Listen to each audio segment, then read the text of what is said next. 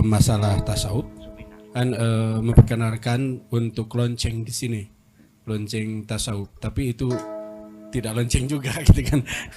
Jadi tidak ada tandanya lonceng seperti itu. Cuma dalam pembahasan tasawuf, kalau mau membahas atau mau belajar tasawuf, ada orang yang mengatakan itu harus bersanad, gitu kan. Ada yang bilang, ah nggak usah, langsung aja kepada Allah.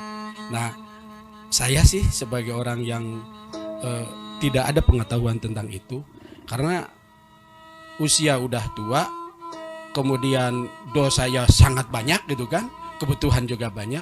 Bagaimana cara pendekatan diri kepada Allah? Di antaranya kan melalui tasawuf itu, di antaranya mungkin ya. Dan belajar itu katanya harus bersanad gitu kan. Nah, saya pengen penjelasan dari Buya bagaimana ini. Assalamualaikum warahmatullahi wabarakatuh. Memang itu sangat terkenal sekali, apa itu hadis atau pepatah atau iktibas ulama, man ta'allama bi ghairi syaikhin fa syaikhuhu syaitan. Barang siapa yang belajar, tapi di sini tidak umum belajar ilmu ya, belajar itu spiritual itu, kalau tidak punya guru maka gurunya setan. Ini saya melihat ada benarnya ini ya. Memang ketika kita masuk dalam wilayah spiritual, itu adalah kita masuk dalam wilayah yang kita sendirinya gelap gulita ya, tidak semudah itu ya. Apalagi kita, Nabi Ibrahim saja itu setannya datang mengaku Tuhan ya. Ahlal tulakal muharramat, sejak hari ini semua yang haram menjadi halal buat kamu ya. Akhirnya Nabi Ibrahim itu sadar ini pasti setan, langsung cari batu dan dilempari. Dan akhirnya sampai sekarang kita napak tilas Nabi Ibrahim melempari setan itu. Ketika musim haji kita ada balang jumrah, itu adalah untuk melempar setan, sekalipun saya yakin tidak bakal kena setan deh. Tapi itu hanya menapak tilasi saja lah gitu, bahwa betapa mencari kebenaran itu di tengah perjalanan kita disesatkan oleh itu. Makanya perlu ada mursyid, itu yang jadi persoalannya. Tetapi juga kita masih hati-hati bahwa mursyid sendiri sesungguhnya nggak usah dicari. Orang cari mursyid itu banyak kesasar kok, ujung-ujungnya cari merah delima, betul nggak? Nyari piring petuk, nyari pedang samurai, mencari cangling babi, terakhir menggandakan uang ya, disasar-sasarakan. Nah, hakikatnya nanti begini sebetulnya, bukan murid mencari mursyid, tapi mursyid yang mencari murid ya. Mursyid itu akan mencari orang-orang yang punya bakat dan minat. Kayak musabaqah tilawatul Quran kan kita mencari minat ya, kita cari ya anak berbakat kita latih. Nah, mursyid juga sama, dia mencari. Syekh Abdul Qadir Al-Jailani itu mencari murid ya. Dan kebetulan ceritanya kan gitu, di kalangan para ulama nggak ada yang dilirik kan. Yang udung-udungnya 5 meter yang lirik, malah yang ketemu adalah seorang pemuda yang Kristiani, anak muda. Nah, ini cakep dia, dibina ya jadi wali semacam itu. Jadi artinya bahwa ngati-hati cari mursyid itu. Nah, bagaimana ini ngati-hatinya? Standarnya satu, dari sisi syariat, lihat dulu syariatnya. Jangan dulu cari kesaktian ya, sembar-sembur kayak udah dumung kan. Iya. Iya, secara syariat coba lihat sholatnya, Fatihahnya bener enggak. Iya, Bismillahirrahmanirrahim, Alhamdulillah, wis udah jelas udah. Iya, ya apa namanya, wala bedol udah percuma. Iya, apalagi suruh baca kitabnya nggak bisa, apal-apalan. Iya, dia menggebu-gebu ngajak orang baca Quran ya, ternyata dianya nggak bisa baca Quran, nggak apa aja. Nah, itu kan ya semacam itu. Kalau sudah jelas Qurannya nggak bisa, salah nggak benar, nguyul bareng ngadeg wis tinggalan banyak. setan. Ya, jadi artinya nanti selanjutnya bahwa pada akhirnya ketika Anda ingin memasuki wilayah spiritual itu, tetap pintu gerbangnya adalah syariat. Ya, kuasai dulu syariat itu bagaimanapun juga. Jangan dianggap remeh karena itu pintu gerbang. Ya memang ada yang ujug-ujug seperti wali-wali abdal kayak Dun Al-Masri, itu hari ini jadi pelacur, besok jadi wali. Ada Robi'ah Al-Adawiyah. Ada yang hari ini jadi pemabok, perampok, besoknya jadi wali. Tapi itu kan jarang terjadi, betul nggak? Jadi kalau menyontoh, menirulah sesuatu yang banyak terjadi, yang jarang terjadi.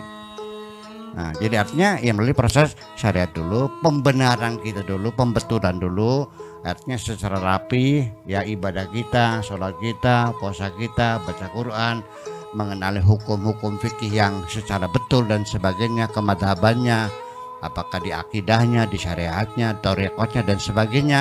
Nah, itu baru masuk ke dalam wilayah spiritual.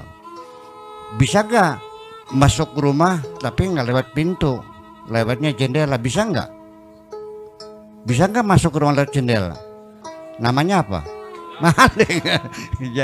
jadi artinya orang yang masuk wilayah itu tanpa prosedur syariat namanya ya maling namanya gitu. Jadi itu sangat betul sekali. Tetapi saya pesan terakhirnya silakan mau mencari mursyid silakan, tapi tolong standar syariat diterapkan. Perhatikan dulu ya kan, apakah unibar yang ada terus ngujul cewek tak beli ya kan begitu. Kemudian dia pengetahuannya seperti apa. Ya kalau dia tidak tahu hukum sama sekali gimana aku? Ini banyak mursyid yang mengklaim mursyid, ternyata baca kitab nggak bisa, baca Quran nggak bisa, hukum nggak ngerti, mulutnya gombal, ya tukang ngerasani uang dan sebagainya. Jadi nanti betul kembali biar saya terangkan agak galau sendiri, mumpung kalingan ya. Tetapi juga penting juga pendalaman spiritual itu juga wawasan kita juga diperluas. Jangan bukan hanya pikiran-pikiran saja, karena nggak ada wali goblok itu. Bakal waliku pinter nang, menguasai banyak ilmu. Masa ilmu wali jepelang ngaplongo.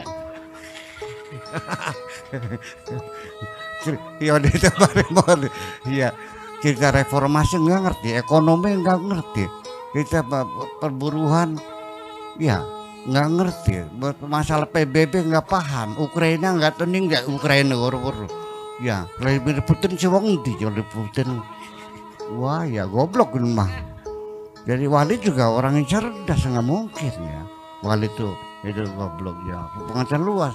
Jadi begini nanti, silakan mencari, silakan belajar, silakan berdoa, termasuk apa saja.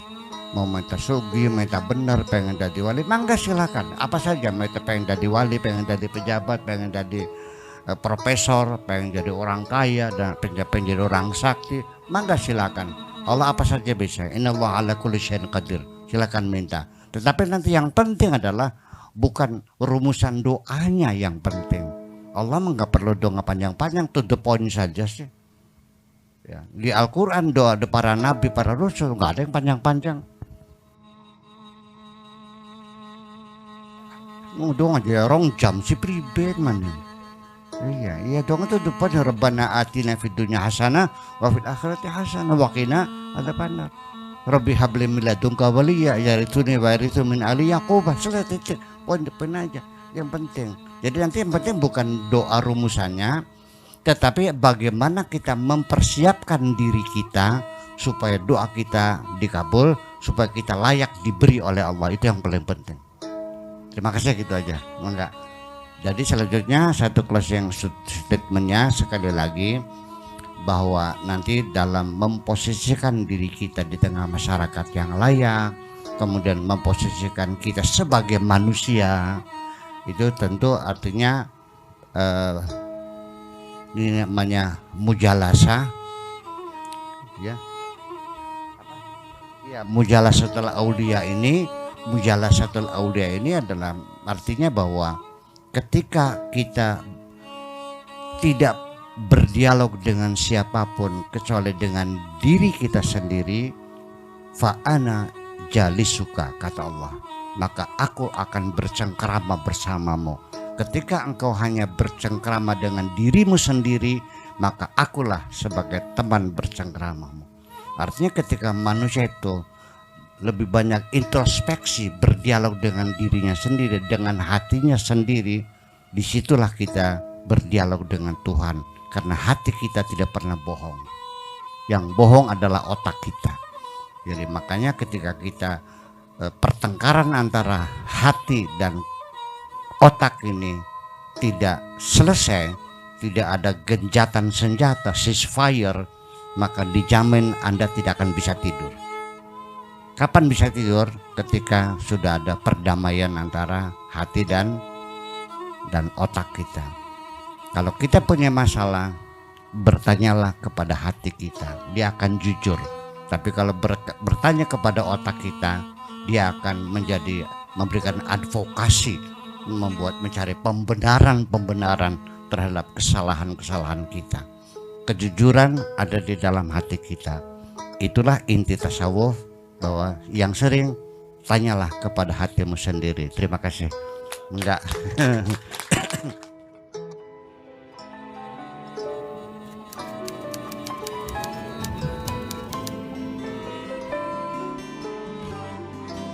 Aku hanya ingin berbagi kebahagiaan dan tidak menggurui siapapun. Terlalu sulit bagiku untuk menyalahkan siapapun. Akan tetapi apabila ada orang yang ingin mengisi raportku, tentu aku sangat gembira sekali. Dan kujamin aku tidak akan sakit hati sedikit.